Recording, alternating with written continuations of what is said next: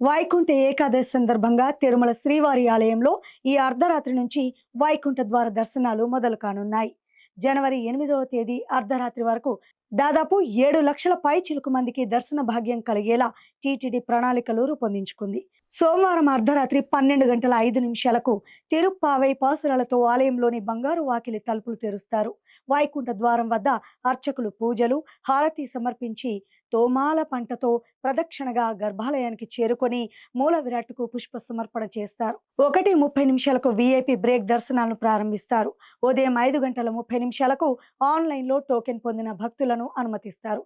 ఇక తొలి 3 రోజులు డిప్ ద్వారా టోకెన్లు పొందిన వారికి దర్శనం ఉంటుంది.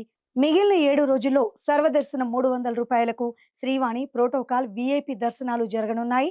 కాగా మంగళవారం విఐపి బ్రేక్లో శ్రీవారిని దర్శించుకొని వైకుంఠ ద్వార ప్రవేశం చేసేందుకు ఇప్పటికే పెద్ద సంఖ్యలో విఐపిలు లేఖలు పంపారు.